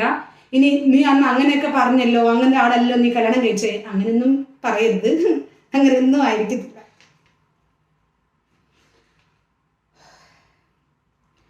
ഓക്കെ, അടുത്തത് ഹേമന്ത് വിജയനാണ് ചോദിച്ചിട്ടുള്ളത്. മിസ്സിന്റെ ലൈഫിലെ ബിഗ് സർപ്രൈസ് ആയ ആ മൊമെന്റ് പറയുവോ? ഇവിടെയും ഒരു പ്രശ്നം എന്ന് വെച്ച് കഴിഞ്ഞാൽ എനിക്ക് ഓർമ്മയില്ല ഏതായിരുന്നു ബിഗ് സർപ്രൈസ് ആയിട്ടുള്ള മൊമെന്റ് എന്ന്. പക്ഷെ ഇപ്പൊ ആലോചിച്ച് നോക്കുമ്പോൾ എനിക്ക് തോന്നുന്നു ഞാൻ കുറച്ച് നാൾക്ക് മുമ്പ് ഞാൻ ഭയങ്കര സർപ്രൈസ് ആയിട്ടുള്ള ഒരു മൊമെന്റ് എന്ന് പറഞ്ഞു കഴിഞ്ഞാൽ എൻ്റെ പ്ലാനർ പേർലി മാണി ഇൻസ്റ്റഗ്രാമിൽ ഷെയർ ചെയ്തപ്പോഴാട്ടോ. ഞാൻ റെസ്പെക്റ്റോട് കൂടിയാണ് പേർലി മാണി എന്ന് പറയുന്നത്, അല്ലാതെ ബഹുമാനം ഇല്ലാത്തത് കൊണ്ടാണ് ചേച്ചി എന്ന് വിളിക്കാത്തതെന്ന് കരുതരുത്. റെസ്പെക്റ്റോട് കൂടെ തന്നെയാണ് പറയണേ. അത് ഞാൻ ഭയങ്കരമായിട്ട് സർപ്രൈസ്ഡ് ആയിപ്പോയി. ഭയങ്കരമായിട്ട് സർപ്രൈസ് ആയി എന്ന് പറഞ്ഞു കഴിഞ്ഞാൽ ഞാൻ നിലത്തൊന്നും അല്ലായിരുന്നു. കുറച്ച് നേരത്തേക്ക് എൻ്റെ തല വർക്ക് ചെയ്ത് പോലും ഉണ്ടായിരുന്നില്ല. എനിക്ക് അങ്ങനെ ഞാൻ സർപ്രൈസ്ഡ് ആയിപ്പോയി. പ്ലാനറും അതിൻ്റെ അഫർമേഷൻ കാർഡ്സൊക്കെ ഇൻസ്റ്റാഗ്രാമിൽ സ്റ്റോറി ഇട്ടപ്പോൾ എനിക്ക് ഭയങ്കര അത്ഭുതമായിപ്പോയി. അതുകൊണ്ട് ഞാനത് സ്ക്രീൻ റെക്കോർഡ് ചെയ്തിട്ട് ഇൻസ്റ്റാഗ്രാമിൽ റീൽസ് ആയിട്ട് ഇട്ടിട്ടുണ്ട്. അത്രയ്ക്ക് ഞാൻ സർപ്രൈസ്ഡ് ആയിരുന്നു. അതാണ് ഏറ്റവും സർപ്രൈസ്ഡ് ആയിട്ടുള്ള മൊമെന്റ്. എനിക്ക് അറിയാൻ പാടില്ല ഞാൻ എന്തൊക്കെയാണ് ചെയ്യേണ്ടതെന്ന് പോലും എനിക്ക് അറിയാൻ പാടില്ല. ഭയങ്കര സന്തോഷമായിപ്പോയി എനിക്ക്. ആ ഒരു സർപ്രൈസിന്റെ ലെവൽ കൂടിയിട്ട് ഞാൻ പുള്ളിക്കാരിക്ക് ഇൻസ്റ്റാഗ്രാമിൽ മെസ്സേജ് അയച്ച് വെറുപ്പിച്ചു. അതെന്റെ തെറ്റാണ്. അങ്ങനെ വെറുപ്പിച്ചത് കൊണ്ട് പിന്നെ എൻ്റെ മെസ്സേജ് നോക്കിയതുമില്ല. അപ്പൊ in case Pearle Mani video ഒന്നും കാണത്തില്ലായിരിക്കും, പക്ഷെ കാണുവാണെങ്കിൽ ഐ എം റിയലി സോറി. ആ ഒരു എക്സൈറ്റ്മെന്റിൽ കയ്യിൽ പോയതാ. അതാ ഉണ്ടായത്. കാരണം ഞാൻ എനിക്ക് ഒരുപാട് എൻ്റെ ലൈഫിൽ ഇൻഫ്ലുവൻസ് ചെയ്ത ഒരു ആളാണ്. അപ്പോൾ അങ്ങനെ വന്നതുകൊണ്ട്, അങ്ങനെ കണ്ടതുകൊണ്ടൊക്കെ ഉള്ളൊരു അതാണ് എന്തൊക്കെയോ പറ്റിപ്പോയി. അപ്പോൾ ഇതാണ് എൻ്റെ ലൈഫിൽ സർപ്രൈസ് ഒക്കെ വന്നുള്ള പ്രശ്നം. കയ്യിൽ നിന്ന് പോവും. അടുത്ത ചൈതന്യ ചോദിച്ചേക്കണേ. ഹായ് അനു, കോൺഫിഡൻസ് ബൂസ്റ്റ് ചെയ്യാനും നമ്മളിലുള്ള വിശ്വാസം കൂട്ടാനുമുള്ള ടിപ്സ് ഷെയർ ചെയ്യാവോ? കോൺഫിഡൻസ് ബൂസ്റ്റ് ചെയ്യാൻ ഇപ്പോൾ എന്നോടും കഴിഞ്ഞ സാറ് പറഞ്ഞു നിന്റെ കോൺഫിഡൻസ് എനിക്ക് ഭയങ്കര ഇഷ്ടമാണ്. പക്ഷെ കോൺഫിഡൻസ് എനിക്ക് തോന്നുന്നത് നമുക്കൊന്നും ഈ കോൺഫിഡൻസ് വരുന്നത് മെയിനായിട്ട് നമ്മൾ ഈ ഫ്യൂച്ചറിനെ പറ്റി ഒരുപാട് ചിന്തിക്കാതിരിക്കുമ്പോഴാണ്. ഇപ്പോൾ ഞാൻ ഇങ്ങനെ ചെയ്താൽ മറ്റുള്ളവർ എന്ത് ചിന്തിക്കും, ഞാൻ ഇങ്ങനെ പറഞ്ഞാൽ അവരെന്ത് ചിന്തിക്കും എന്നൊക്കെയുള്ള ഒരു ചിന്തയുണ്ടല്ലോ. അതാണ് മെയിനായിട്ട് നമ്മുടെ കോൺഫിഡൻസിനെ താഴ്ത്തുന്നത് എന്ന് എനിക്ക് തോന്നുന്നത്. അതല്ലാതെ നമ്മൾ ചിന്തിക്കുവാണ്, ഇപ്പം ഞാൻ ഇങ്ങനെ ഒരു കാര്യം പറഞ്ഞു, അല്ലെങ്കിൽ ഞാൻ ഇങ്ങനെ ഒരു കാര്യം ചെയ്തു, അങ്ങനെ ചെയ്തു കഴിഞ്ഞാൽ അതിന് നെഗറ്റീവായിട്ട് എന്തൊക്കെ എൻ്റെ ലൈഫിൽ സംഭവിക്കാം, അതിൻ്റെ വേഴ്സ്റ്റ് കേസ് സിനാരിയോ, ഇതിൻ്റെ എത്ര എൻഡ് വരെ പോകാം എന്ന് ആലോചിക്കാം. അത് ഓക്കെ ആണെന്നുണ്ടെങ്കിൽ ഗിവ് ഇറ്റ് എ ട്രൈ. അത് ഓക്കെ അല്ല എന്നുണ്ടെങ്കിൽ അതെങ്ങനെ ഓക്കെ ആക്കാമെന്ന് ചിന്തിക്കുക, എന്നിട്ട് ഗിവ് ഇറ്റ് എ ട്രൈ. അത്രയേ ഉള്ളൂ. പിന്നെ നമ്മളെപ്പറ്റി ഒരുപാടൊന്നും ആൾക്കാർ പറയുന്നുണ്ടാവില്ല. നമ്മുടെ അടുത്ത് വരുമ്പോൾ നമ്മളെ കാണുമ്പോൾ ഒക്കെ അവർ ചിലപ്പോൾ നമ്മളെ പറ്റി സംസാരിക്കുന്നുണ്ടാവും. അല്ലാതെ നാട്ടുകാർക്ക് വേറെ ഒരുപാട് പണിയുണ്ടെന്നേ, നമ്മളെ പറ്റി ചിന്തിച്ചുകൊണ്ടിരിക്കാനല്ലോ അവർക്ക് നേരം. അതുകൊണ്ട് അങ്ങനെ ഒരുപാട് അതിനെപ്പറ്റി കോൺഷ്യസ് ആവാതെ ചുറ്റുമുള്ളവർ എന്ത് പറയുന്നു ഒത്തിരി കോൺസെൻട്രേറ്റ് ചെയ്യാതെ അങ്ങ് ജീവിച്ചാൽ തന്നെ അത്യാവശ്യം കോൺഫിഡൻസ് വരും. പിന്നെ കോൺഫിഡൻസ് എനിക്ക് ബിൽഡ് ചെയ്ത് വന്നതായിരിക്കും. ഇപ്പോൾ നിങ്ങൾക്ക് ഈ ക്യാമറയുടെ മുമ്പിൽ ഇരുന്ന് പറയണ ഞാൻ ആയിരിക്കത്തില്ല ചിലപ്പോൾ സ്റ്റേജിൽ കയറിയുള്ള എനിക്ക് പണ്ട് മുതലേ സ്റ്റേജ് ഫിയർ ഉള്ള ഒരാളാണ്. ഇപ്പോഴും കുറച്ച് പേരുടെ മുമ്പിൽ പോയി ക്ലാസ് എടുക്കാൻ പറഞ്ഞാൽ ഞാൻ കുറച്ച് നേരം തുടക്കത്തിൽ ഞാൻ ഇച്ചിരി കിടിയിടാതെ വരയ്ക്കും. അത് കഴിഞ്ഞാൽ പിന്നെ ഓക്കെ ആയിക്കട്ടോ. തുടക്കത്തിലൊരു ബുദ്ധിമുട്ട് എനിക്ക് ഉണ്ടാവുള്ളൂ, പക്ഷെ അതിപ്പോഴും എനിക്കുണ്ട്. സോ ഇതൊക്കെ സ്വാഭാവികമാണ്. കോൺഫിഡൻസ് ഒക്കെ നമുക്ക് അങ്ങ് ചെയ്യാം, അത്രയേ ഉള്ളൂ. വേറെ ഒന്നും നോക്കേണ്ട കാര്യമില്ല. ഞാൻ പറഞ്ഞല്ലോ, കോൺഫിഡൻസ് മെയിനായിട്ട് ഈ മറ്റുള്ളവർ നമ്മളെപ്പറ്റി എന്ത് ചിന്തിക്കും എന്നുള്ളതിനെ പറ്റി ചിന്തിക്കുന്നതാണ് മെയിനായിട്ട് കോൺഫിഡൻസിൽ കുറവ് വരുന്നത്. അല്ലാത്തടത്തോളം വരത്തില്ലെന്നാണ് എനിക്ക് തോന്നുന്നത്. ഇത് എൻ്റെ പോയിന്റ് ഓഫ് വ്യൂ ആണ്. നിങ്ങൾക്കും അങ്ങനെയാണെങ്കിൽ ഞാൻ ഇത്രേ പറയുന്നുള്ളൂ. നമ്മളെപ്പറ്റി ചിന്തിക്കാൻ ആൾക്കാർക്ക് സമയമില്ല. അവർക്ക് എന്തൊക്കെ കാര്യങ്ങൾ വേറെയുണ്ട്. പിന്നെ വേഴ്സ്റ്റ് കേസ് സിനാരിയോ നോക്കാം, അത്രയേ ഉള്ളൂ. പിന്നെ പല കാര്യങ്ങളും ചെയ്യുമ്പോൾ ഉണ്ടല്ലോ, ഞാൻ ചിന്തിക്കുന്നത് ഇപ്പം നമ്മുടെ ഇൻസ്റ്റഗ്രാം ചലഞ്ച്, അതേപോലെ ഇംപ്രൂവ് യുവർ ലൈഫ് സീരീസ്, ഇതൊക്കെ സ്റ്റാർട്ട് ചെയ്യുന്ന സമയത്ത് എന്നെ ഡിസ്കറേജ് ചെയ്യുന്ന ഒരുപാട് പേരുണ്ടായിരുന്നു. അപ്പോൾ എന്നോട് പറഞ്ഞു ഇത് വർക്ക്ഔട്ട് ആവില്ലായിരിക്കും, എത്ര പേര് കാണാനാ, ഒരാൾ വന്ന് കമന്റ് ചെയ്തു വീഡിയോസിന് വ്യൂസ് കുറവാണല്ലോ, ഇങ്ങനെയൊക്കെ പല കാര്യങ്ങളും നമ്മളോട് പറയും. അപ്പോൾ നമ്മൾ ചിന്തിക്കേണ്ടത് ഇപ്പം നടക്കുവാണെങ്കിൽ നടക്കട്ടെ, ഇല്ലെങ്കിൽ സാരമില്ല. പലപ്പോഴും ഞാൻ അങ്ങനെ കരുതുന്നത്. ഇപ്പം എന്തെങ്കിലും കാര്യം ചെയ്തു നോക്കാം എന്ന് ഞാൻ തീരുമാനിക്കുമ്പോൾ എൻ്റെ കൂടെ പറയും വേണ്ട ചെയ്യണ്ട, വിജയിച്ചില്ലെങ്കിലോ എന്ന് ചോദിക്കും. അപ്പം വിജയിക്കുവാണെങ്കിൽ വിജയിക്കട്ടെ, ഇല്ലെങ്കിൽ വേണ്ട പോട്ടെന്നെ, പോയാൽ ഒരു വാക്ക് കിട്ടിയാൽ ഒരു ആന, ആ ഒരു രീതിയിലാണ് ഞാൻ ചിന്തിക്കുന്നത്. അത്രയേ ഉള്ളൂ. ഇനി നിംസ് മാജിക് ബുക്ക്. 10ാം ക്ലാസ്സിൽ പഠിക്കുമ്പോൾ അനുവിൻ്റെ ഡ്രീം എന്തായിരുന്നു? 10ാം ക്ലാസ്സിൽ പഠിക്കുമ്പം അങ്ങനെ വലിയ ഡ്രീംസ് ഒന്നും ഉണ്ടായിരുന്നില്ല. ആകെ ഒന്നേ ഉണ്ടായിരുന്നുള്ളൂ, പഠിപ്പിക്കണം അത്രേ ഉള്ളൂ. എനിക്ക് ടീച്ചിങ് ഭയങ്കര ഇഷ്ടമാണ്. സോ ടീച്ചിങ് ചെയ്യണം എന്നൊരു ആഗ്രഹം ഉണ്ടായിരുന്നു, ഭയങ്കര ആഗ്രഹമായിരുന്നു. അത് 5ാം ക്ലാസ് മുതലേ എനിക്കുള്ള ആഗ്രഹമായിരുന്നു. അപ്പോൾ അതിനുള്ള സ്റ്റെപ്പുകൾ വരെ ഞാൻ പഠിക്കുമായിരുന്നു. എത്ര വർഷം കഴിയുമ്പോൾ ഞാൻ ടീച്ചറാവും, ഞാൻ MA എടുക്കണം, BEd എടുക്കണം, അങ്ങനെ പോലും ഞാൻ കൗണ്ട് ചെയ്തിട്ട് പോലും ഉണ്ട്. ഇത്ര വയസ്സിൽ എനിക്ക് ജോലിക്ക് കയറണം, ഇത്ര വയസ്സിൽ എനിക്ക് പഠിപ്പിക്കാൻ തുടങ്ങുന്ന വരെ ഞാൻ ചിന്തിച്ചിട്ടുണ്ട്. അപ്പോൾ അതേ ഉണ്ടായിരുന്നുള്ളൂ ഡ്രീം എന്നാണ് എനിക്ക് തോന്നണേ. ഞാൻ പറഞ്ഞു എനിക്ക് അങ്ങനെ ഭയങ്കര മെമ്മറി പവർ ഉള്ള ഒരാളല്ല, അതിനെനിക്കൊരു പ്രശ്നവും ഇല്ല, പല കാര്യങ്ങളും മറക്കണം നല്ലതെന്ന് ചിന്തിക്കുന്ന ഒരാളാണ്. ഇനി അടുത്തത് media for you. Unacademy salary എത്രയാണ് കറക്റ്റ് പറയണേ? ഞാനിപ്പോൾ അൺഅക്കാഡമിയിൽ വർക്ക് ചെയ്യുന്നില്ല, നേരത്തെ ഉണ്ടായിരുന്നു. ഇപ്പോൾ വീഡിയോ എടുക്കുന്ന സമയത്ത് എന്തായാലും ഇല്ല, ഇനി മുമ്പോട്ടേക്ക് ഉണ്ടാവുമായിരിക്കും, എനിക്കറിയില്ല.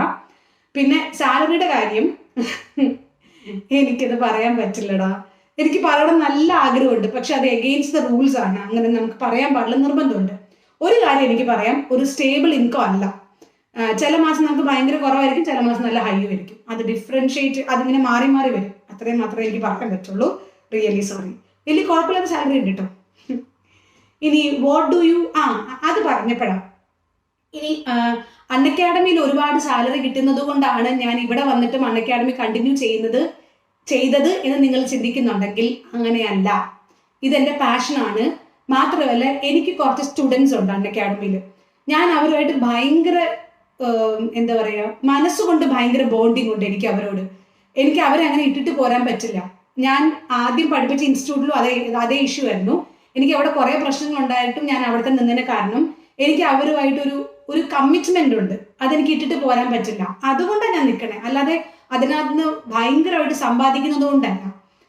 എന്നെ സംബന്ധിച്ചിടത്തോളം പണത്തെക്കാളും കൂടുതൽ ഇമ്പോർട്ടൻ്റ് ആയിട്ടുള്ളത് ഈ ഇമോഷണൽ അറ്റാച്ച്മെന്റ്സ് ഒക്കെയാണ്. ഞാൻ അങ്ങനെയാണ്, അതുകൊണ്ടാണ് കേട്ടോ. അപ്പൊ നിങ്ങൾ കരുതുന്ന പോലെ അത്ര ഭയങ്കരമൊന്നുമല്ല. ഇനി what do you want to be remembered for? ഇതാണ് എനിക്ക് ഏറ്റവും ഇഷ്ടപ്പെട്ട ക്വസ്റ്റ്യൻ. ഞാൻ പറയാലോ, ഇത്രയും Q&Aയിൽ ഇത്രയും ക്വസ്റ്റ്യൻസ് വന്നതിൽ എനിക്ക് ഭയങ്കര ഇഷ്ടപ്പെട്ടതും എന്നെ ഭയങ്കരമായിട്ട് ചിന്തിപ്പിച്ചതായിട്ടുള്ളൊരു ക്വസ്റ്റ്യൻ ആണിത്. ചോദിച്ചിട്ടുള്ളത് ASQ മീഡിയ ആണ്. Thank you so much. എന്നെ അടിപൊളി ക്വസ്റ്റ്യൻ ആണ്. പെണ്ണാണെങ്കിലും ആണാണെങ്കിലും അടിപൊളി ക്വസ്റ്റ്യൻ ആണ്. കിടും. ഇങ്ങനെയൊക്കെ വേണം ക്വസ്റ്റ്യൻ ചോദിക്കാൻ. What do you want to be remembered for? ഇത് ഞാൻ ഫോളോ ചെയ്യുന്ന യൂട്യൂബേഴ്സിൽ പലരും പല ബുക്സിനെ പറ്റിയൊക്കെ ഞാൻ കേൾക്കാറൊക്കെ ഉണ്ട്. അപ്പൊ അതിനകത്തൊക്കെ പറയുന്ന ഒരു കാര്യമാണ്, നിങ്ങളുടെ ഗ്രേവ് യാർഡിൽ എന്ന് വെച്ചാൽ നിങ്ങളുടെ ഗ്രേവ് സ്റ്റോണിൽ എന്താണ് നിങ്ങളെ പറ്റി എഴുതി വെക്കേണ്ടത് എന്നതിനെ പറ്റി ചിന്തിച്ച് നോക്കണം. അതേപോലെ നിങ്ങളുടെ ചുറ്റുമുള്ളവര്, അന്ന് നിങ്ങളുടെ ഫ്യൂണറലിന് വരുന്ന ആൾക്കാർ എന്തായിരിക്കും നിങ്ങളെ പറ്റി സംസാരിക്കുന്നുണ്ടാവുക, നിങ്ങൾക്ക് എങ്ങനെയായിരിക്കും നിങ്ങളെ പറ്റി സംസാരിക്കാൻ ആഗ്രഹം ഉണ്ടാവും, അതിനെപ്പറ്റിയൊക്കെ ചിന്തിച്ച് നോക്കണം. അതൊരു വേറൊരു പേഴ്സ്പെക്റ്റീവിലോട്ട്, വേറൊരു ലെവലിലോട്ട് നമ്മൾ കൊണ്ടുവരും കേട്ടോ. അത് ഞാൻ കേട്ടിട്ടുണ്ടെങ്കിൽ ഞാൻ ചിന്തിച്ചിട്ടില്ല, പക്ഷേ ASQ മീഡിയ പറഞ്ഞപ്പോൾ ഞാൻ ചിന്തിച്ചു. എന്നെപ്പറ്റി എങ്ങനെയാണ് ആൾക്കാർ റിമെമ്പർ ചെയ്യേണ്ടതെന്ന് വെച്ച് കഴിഞ്ഞാൽ, ഇവളാണ്, ഈ ഒരു വ്യക്തിയാണ്, ഞാൻ ഇന്ന് എന്താണോ അതിന് കാരണം. എൻ്റെ ലൈഫിൽ ഈ മാറ്റങ്ങളൊക്കെ വരുത്താൻ, ഞാൻ ഇന്ന് ഈ ഹാപ്പി ആയിട്ട് ജീവിക്കുന്നുണ്ടെങ്കിൽ, അല്ലെങ്കിൽ ഞാൻ ഇന്ന് ഈ നിലയിലെത്താൻ, അതും അല്ലെങ്കിൽ എൻ്റെ ജീവിതത്തിൽ ഒരുപാട് മാറ്റം വരുത്തിയ ഒരാള്, അത് ഈ വ്യക്തിയാണ്, ഇവളാണ് എന്ന് എന്നെപ്പറ്റി ഓർക്കണം. എന്നെപ്പറ്റി ഓർക്കുമ്പോൾ എല്ലാവർക്കും അതാണ് ചിന്ത വരേണ്ടത് എന്നാണ് ഞാൻ ചിന്തിക്കുന്നത്. ഇതിന് മെയിൻ കാരണം എന്ന് വെച്ച് കഴിഞ്ഞാൽ, ഞാൻ അൺഅക്കാഡമിയിൽ പഠിപ്പിച്ചുകൊണ്ടിരുന്ന സമയത്ത് നമ്മുടെ ഒരു സ്റ്റുഡൻ്റ് ഉണ്ടായിരുന്നു, ആൽഗോർ എന്നാണ് പേര്, ആൽഗോർ ജോർജ്. അപ്പോൾ ആൽഗോർ ഇങ്ങനെ തുടക്കത്തിൽ സിവിൽ സർവീസിന് പ്രിപ്പയർ ചെയ്യുന്നതായതുകൊണ്ടും ഞാൻ അൺഅക്കാഡമിയിൽ കുഞ്ഞൊരു എഡ്യൂക്കേറ്റർ ആയതുകൊണ്ടും എന്നോട് ഭയങ്കര പുച്ഛമായിരുന്നു. പക്ഷേ പോകെ എൻ്റെ ക്ലാസ്സുകളും എന്നോടുള്ള സംസാരങ്ങളും ഒക്കെ കാരണം, സംസാരം മീൻസ് ഞാൻ ഫോണിൽ സംസാരിക്കാറില്ല സ്റ്റുഡൻസിനോട്. അത് നിങ്ങൾ ആരെങ്കിലും എന്നെ കോൺടാക്ട് ചെയ്തിട്ടുണ്ടെങ്കിൽ ഞാൻ നിങ്ങളുടെ എസ്പെഷ്യലി പറയുവാണ്, ഞാൻ നിങ്ങളുടെ ഫോണിൽ സംസാരിക്കില്ല. എനിക്ക് സംസാരം എങ്ങനെ നിർത്തണം എന്ന് അറിയത്തില്ല, അതാണ് മെയിൻ കാരണം. ഫോൺ കോൺവെർസേഷൻ നിർത്താൻ എനിക്ക് അറിയാൻ പറ്റില്ല, അപ്പം നീണ്ടു പോകും. സോ വാട്സപ്പ് മെസ്സേജ് ആയിരുന്നു. അപ്പം അങ്ങനെ പല രീതിയിലും ഞാൻ അവനെ ഒരുപാട് ഇൻഫ്ലുവൻസ് ചെയ്തു.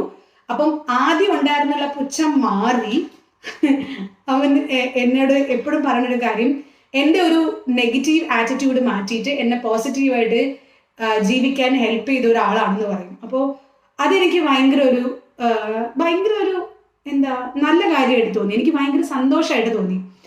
ഞാൻ പഠിപ്പിച്ചിട്ട് ഒരുപാട് നന്നായി, ഞാൻ കാരണം ഇംഗ്ലീഷ് ഭയങ്കര ഇഷ്ടപ്പെട്ടു തുടങ്ങി, അതൊക്കെ പറഞ്ഞതൊക്കെ ശരി തന്നെ. അതൊക്കെ ഒരുപാട് എനിക്ക് ഇഷ്ടമുള്ള കാര്യമാണ്, എനിക്ക് സന്തോഷം തരുന്ന കാര്യമാണ്.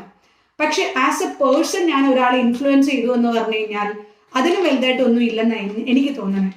അപ്പോൾ അങ്ങനെ അതാണ് എൻ്റെ ഒരു ആഗ്രഹം. എൻ്റെ ജീവിതം മാറ്റിമറിച്ച, എൻ്റെ ജീവിതത്തിൽ ഞാൻ എന്താണോ അതിന് കാരണമായിട്ടുള്ള, എന്നെ ഹാപ്പി ആയിട്ട് ഇരിക്കുന്നുണ്ടെങ്കിൽ അതിന് കാരണമായിട്ടുള്ള അങ്ങനെ എന്തെങ്കിലും എൻ്റെ ലൈഫിൽ ഭയങ്കര ഇമ്പോർട്ടൻ്റ് ആയിട്ടുള്ള ഒരാൾ, എൻ്റെ ജീവിതത്തിൽ ഒരു മാറ്റം കൊണ്ടുവന്ന ഒരാൾ എന്ന് എന്നെ പറ്റി വേറെ ആരെങ്കിലും പറയണം. അങ്ങനെയാണ് എന്നെപ്പറ്റി ആൾക്കാർ ഓർക്കേണ്ടത് എന്നാണ് ഞാൻ കരുതുന്നത്. ഓക്കെ, ഇനി അടുത്തത് പ്രശാന്താണ് ചോദിച്ചിട്ടുള്ളത്. ഒരാൾക്ക് അനൂമിസിനെ പോലെ പോസിറ്റീവ് ചിന്ത കിട്ടണം ആഗ്രഹിക്കുന്നുവെങ്കിൽ എങ്ങനെ അത് വളർത്തിക്കൊണ്ട് വരാൻ പറ്റും? ഓക്കെ, ഇത് പോസിറ്റീവ് ചിന്ത എന്നുള്ളതുണ്ടല്ലോ, ഞാൻ എപ്പോഴും പോസിറ്റീവ് അല്ല. എൻ്റെ ഫ്രണ്ട്സിനോടും വീട്ടുകാരോടൊക്കെ ചോദിച്ചാൽ അറിയാം, ഞാൻ നല്ല രീതിയിൽ നെഗറ്റിവിറ്റി ഉള്ള ഒരാളാണ്. പക്ഷെ ഇപ്പോൾ ഓവർകം ചെയ്തുകൊണ്ടിരിക്കുക. എസ്പെഷ്യലി കഴിഞ്ഞ വർഷമൊക്കെ ഞാൻ ഭയങ്കര നെഗറ്റിവിറ്റി ആയിരുന്നു കേട്ടോ. ഇങ്ങോട്ടേക്ക് ഷിഫ്റ്റ് വന്നപ്പം, UK മാറിയപ്പോഴാണ് ഞാൻ കൂടുതൽ പോസിറ്റീവായിട്ട് ചിന്തിക്കാൻ തുടങ്ങിയത്. പോസിറ്റിവിറ്റി നമുക്ക് ഒരു ഗ്രാജുവലി ഗ്രോ ആയി വരുന്ന ഒരു ക്വാളിറ്റിയാണ്. അല്ലാതെ നമുക്ക് ഒരു ദിവസം പോയി പെട്ടെന്ന് പോസിറ്റീവ് ആകാൻ പറ്റില്ല. ഇപ്പോൾ മെല്ലെ സ്റ്റെപ്പ് ബൈ സ്റ്റെപ്പ് ആയിട്ട് നമ്മൾ നെഗറ്റിവിറ്റിയിൽ നിന്ന് മാറി പോസിറ്റീവിലോട്ട് വരിക ചെയ്യാം. ഇപ്പോൾ ഒരു കാര്യം ഞാൻ നേരത്തെ പറഞ്ഞ പോലെ തന്നെ, എന്തെങ്കിലും കാര്യങ്ങൾ നെഗറ്റീവ് പീപ്പിളിനെ ഹാൻഡിൽ ചെയ്യുന്ന കാര്യം പറഞ്ഞപ്പോൾ ഞാൻ പറഞ്ഞില്ലേ, എന്തെങ്കിലും കാര്യം ആൾക്കാർ പറയുകയാണെങ്കിൽ നമ്മൾ കരുതണം ഇത് എന്നെ പറ്റി മാത്രമല്ല, ഇത് എനിക്ക് വേണ്ടി എന്നോട് പേഴ്സണലി പറഞ്ഞല്ല, പകരം കോമൺ ആയിട്ട് പറഞ്ഞതായിരിക്കും.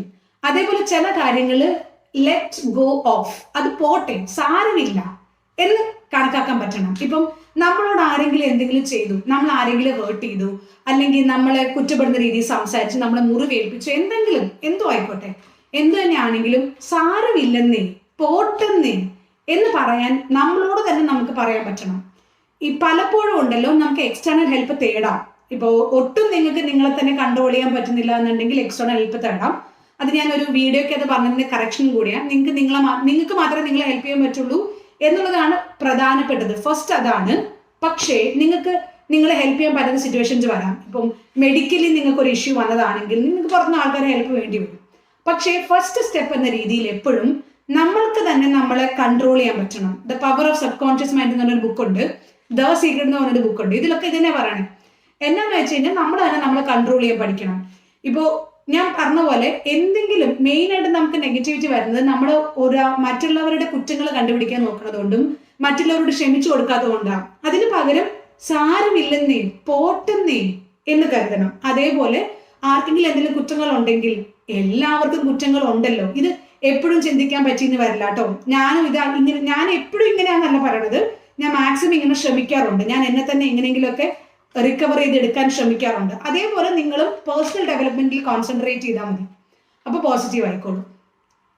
അപ്പോൾ മറ്റുള്ളവരെ പറ്റിയുള്ള കുറ്റങ്ങൾ തോന്നുവാണെന്നുണ്ടെങ്കിൽ ആരും പെർഫെക്റ്റ് അല്ല, എനിക്കും കുറ്റങ്ങളുണ്ടല്ലോ, എന്നെ അവർ സഹിച്ചല്ലോ എന്ന് കരുതണം.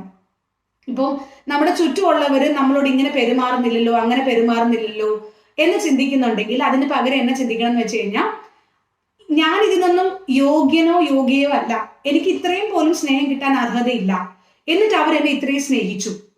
പിന്നെ അതേപോലെ എനിക്കും ഒരുപാട് കുറ്റങ്ങൾ ഉണ്ടായിട്ടും എനിക്കും ഒരുപാട് പ്രശ്നങ്ങൾ ഉണ്ടായിട്ടും അവരെന്നെ അഡ്ജസ്റ്റ് ചെയ്തല്ലോ, അവരെന്നെ സ്നേഹിച്ചല്ലോ എന്നും കൂടെ കരുതിയാൽ മതി. അപ്പൊ തന്നെ കുറച്ചൊക്കെ നമുക്ക് നെഗറ്റിവിറ്റി ഒഴിവാക്കി പോസിറ്റിവിറ്റിയിലോട്ട് പോകാൻ പറ്റുമായിരിക്കും. ഇനി അടുത്തത് അമൃതയാണ്. You are a good teacher, why are you not in Unacademy anymore? ഇത് ഞാൻ വായിക്കേണ്ടെന്ന് കരുതിയ ഒരു ക്വസ്റ്റ്യൻ ആണ്. അൺഅക്കാഡമിയിൽ നിന്ന് എനിക്കൊരു ചെറിയ ബ്രേക്ക് എടുക്കേണ്ടി വന്നു, അത് ശരിയാണ്. പിന്നെ വേറെ ഒരുപാട് കാരണങ്ങളുണ്ട്. അതിപ്പം നമ്മൾ എന്തിനാ അങ്ങനെ ഒരു കോൺട്രവേഴ്സ്യൽ ടോപ്പിക്കിലോട്ട് പോകേണ്ടത്, അതിന് വേണ്ട ആവശ്യമില്ലല്ലോ. സോ എന്തായാലും നിങ്ങൾക്കിപ്പം എൻ്റെ ക്ലാസ് വേണം, അതല്ലേ നിങ്ങൾക്ക് മെയിൻലി ഇമ്പോർട്ടൻറ്റ്. എന്നെ നിങ്ങൾക്ക് കാണണം, എന്നോട് ഇടപഴകണം, അത്രയല്ലേ ഉള്ളൂ. അതിന് ഞാൻ ഓൺലൈൻ കോഴ്സ് ലോഞ്ച് ചെയ്തു. അതിന് ഡിസ്ക്രിപ്ഷൻ താഴെ ഉണ്ടാവും. പിന്നെ അതിനകത്ത് ഞാൻ തന്നെ സൂം മീറ്റിങ്ങിനൊക്കെ വരാറുണ്ട്. അപ്പോൾ നിങ്ങൾക്ക് എന്നോട് സംസാരിക്കാൻ പറ്റുമല്ലോ. സോ ഇത് മാത്രമല്ല, എനിക്ക് ഒത്തിരി ഒത്തിരി വർക്ക് ലോഡ് എന്ന് പറഞ്ഞാൽ എനിക്കൊരു വർക്ക് ലൈഫ് ബാലൻസ് സെറ്റാക്കാൻ പറ്റുന്നുണ്ടായിരുന്നില്ല. ഇപ്പം ഞാൻ ഇവിടെ വർക്ക് ചെയ്യുന്നുണ്ട്, ഇവിടുത്തെ പഠിത്തമുണ്ട്, പിന്നെ ഇവിടെ പാർട്ട് ടൈം ജോലിയുണ്ട്, പിന്നെ ആണെങ്കിൽ അൺഅക്കാഡമിക് ക്ലാസ് ഉണ്ട്, പിന്നെ എനിക്ക് എൻ്റെ ഫ്രണ്ട്സ് ഉണ്ട്, ഫാമിലി ഉണ്ട്. അപ്പോൾ ഇവരുടെ അടുത്ത് എല്ലാം കൂടി എനിക്ക് പറ്റുന്നുണ്ടായിരുന്നില്ല. ഒരു ഒരു ഒത്തിരി ടൈം കൺസ്യൂം ചെയ്യുന്ന ഒരു പരിപാടിയായിരുന്നു. അതുകൊണ്ടും കൂടെയാണ്. അപ്പോൾ എന്തായാലും നിങ്ങൾക്ക് ഞാൻ ഓൺലൈൻ കോഴ്സ് തരുന്നുണ്ടല്ലോ, അപ്പോൾ നിങ്ങൾക്ക് എന്നെ എവിടെയാണെങ്കിലും കാണാമല്ലോ. അപ്പോൾ നമ്മുടെ Q&A ഏകദേശം വൈൻഡപ്പ് ആയി. ഇച്ചിരി വലിയ വീഡിയോ ആണ് എനിക്കറിയാം, പക്ഷെ കുഴപ്പമില്ല. എനിക്ക് ഒത്തിരി സന്തോഷമുണ്ട്. വീട്ടിലെല്ലാവർക്കും കോവിഡ് വന്നപ്പോഴാണ് ഞാൻ കരുതി Q&A ചെയ്യുന്നത്. അപ്പോൾ Q&A ചെയ്യുമ്പം എനിക്ക് ആ ക്വസ്റ്റ്യൻസ് കാണുമ്പോൾ ഭയങ്കര സന്തോഷം. നിങ്ങൾ എന്നോട് എന്നെപ്പറ്റി നിങ്ങൾ ചിന്തിക്കുന്നുണ്ടല്ലോ, അതുകൊണ്ടാണല്ലോ എന്നോട് ക്വസ്റ്റ്യൻ ചോദിച്ചൊരു ചിന്തയാണ്. അപ്പോൾ അതുകൊണ്ട് തന്നെ എനിക്ക് ഭയങ്കര സന്തോഷമാണ്. അപ്പോൾ എന്തായാലും നിങ്ങൾ ടൈം ആൻഡ് എഫേർട്ട് എടുത്ത്, അത് 1 മിനിറ്റ് ആണെങ്കിൽ 1 മിനിറ്റ് എടുത്ത് ക്വസ്റ്റ്യൻസ് ചോദിച്ചല്ലോ, അതൊരു വലിയ കാര്യമാണ്. എന്നെ സംബന്ധിച്ചിടത്തോളം ഒരാൾ 1 മിനിറ്റെങ്കിൽ 1 മിനിറ്റ് ചിലവാക്കി ഞാൻ പറയുന്ന കേൾക്കാൻ താല്പര്യപ്പെടുന്നുണ്ട്, അതിനൊരു ടൈം തരുന്നുണ്ടെങ്കിൽ അതിൽ വലുതായിട്ട് എനിക്കൊന്നും ഇല്ലെന്നൊക്കെ ഞാൻ കരുതുന്നത്. So thank you so much for watching and have A great day. പിന്നെ എന്നെപ്പറ്റി നിങ്ങളുടെ വേറെ ആർക്കെങ്കിലും, നിങ്ങളുടെ ഫ്രണ്ട്സോ ഫാമിലിക്കോ ആർക്കെങ്കിലും എന്നെ ഇൻട്രൊഡ്യൂസ് ചെയ്ത് കൊടുക്കണമെന്നുണ്ടെങ്കിൽ എൻ്റെ ഏതെങ്കിലുമൊക്കെ വീഡിയോസോ ഈ വീഡിയോ ഒക്കെ ഷെയർ ചെയ്ത് കൊടുക്കാം. Thank you so much for watching. പിന്നെന്താ, സബ്സ്ക്രൈബ് ചെയ്തിട്ടില്ലെങ്കിൽ ചെയ്തോട്ടോ. പിന്നെ ഞാൻ ഈ പറയണത് ഇടയ്ക്കിടയ്ക്ക് പറഞ്ഞ് നിങ്ങൾക്ക് ഇഷ്ടപ്പെടുന്നില്ലെങ്കിൽ വിട്ടേരെ. ഞാൻ നിങ്ങൾ മറക്കുന്നുണ്ടോ എന്ന് കരുതിയിട്ടാണ് സബ്സ്ക്രൈബ് ചെയ്യാൻ പറയണത്. ബെല്ലൈക്കണും കൂടെ ക്ലിക്ക് ചെയ്തേക്കണം കേട്ടോ. അപ്പോൾ ശരി എന്നാ, thank you so much for watching and have A great day. May God bless you all. Bye bye.